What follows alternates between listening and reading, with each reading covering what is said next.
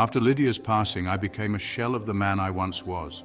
She had been my anchor, the one who made me believe I could leave my violent past behind. Without her, the world felt hollow, like I was drifting with no purpose.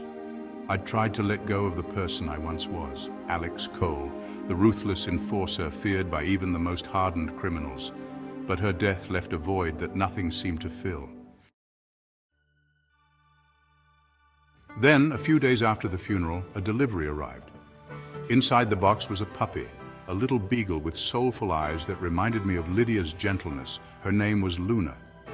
Lydia had arranged this final gift, giving me someone to care for, someone who depended on me. Luna brought a small spark of light into my dark world.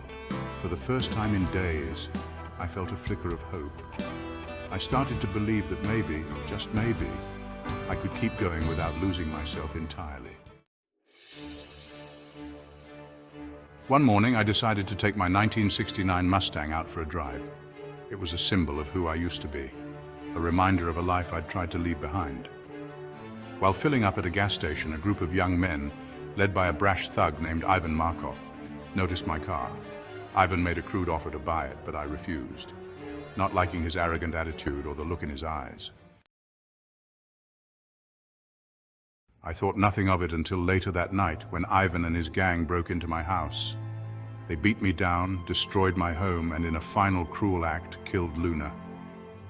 She was all I had left of Lydia. They didn't just take my dog, they took away my last chance to hold on to my humanity.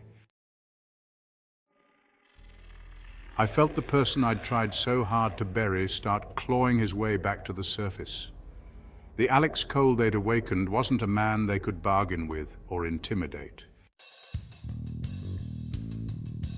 Fueled by grief and rage, I re-entered the underworld I'd once ruled. Every step back into that life chipped away at the peace Lydia had helped me build, but I couldn't stop myself. This wasn't just about vengeance. It was about reclaiming my identity, the side of me I'd tried to bury for her. Old allies and enemies alike watched me descend back into violence, unable to look away as I unleashed a fury they thought was long dead. As I closed in on Ivan, Viktor Markov, his father, learned I was hunting his son. Viktor and I had once been allies in darker days. He knew who I was and what I could do. He tried to buy me off, to stop me from killing Ivan, but he should have known better. His men came for me in waves, each encounter harder and bloodier, but each one only reminded me of who I truly was. Along the way, I found myself questioning everything. Was revenge worth losing the man Lydia had loved? What would she think if she saw me now? But each time I doubted, I saw Luna's face, her trust and innocence, and remembered that someone had to pay for what was taken from me. That, if nothing else, was the truth I could hold on to.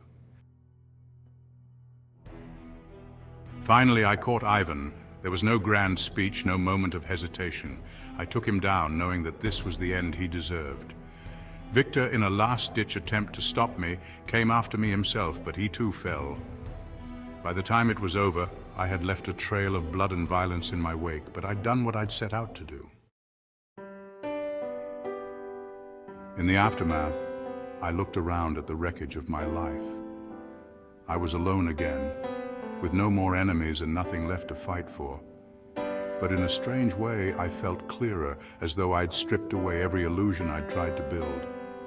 I was Alex Cole, someone who had loved and lost, someone who was more than just a weapon, but who knew in the end that his past would always be a part of him. With the final remnants of my former life gone, I found a sense of closure.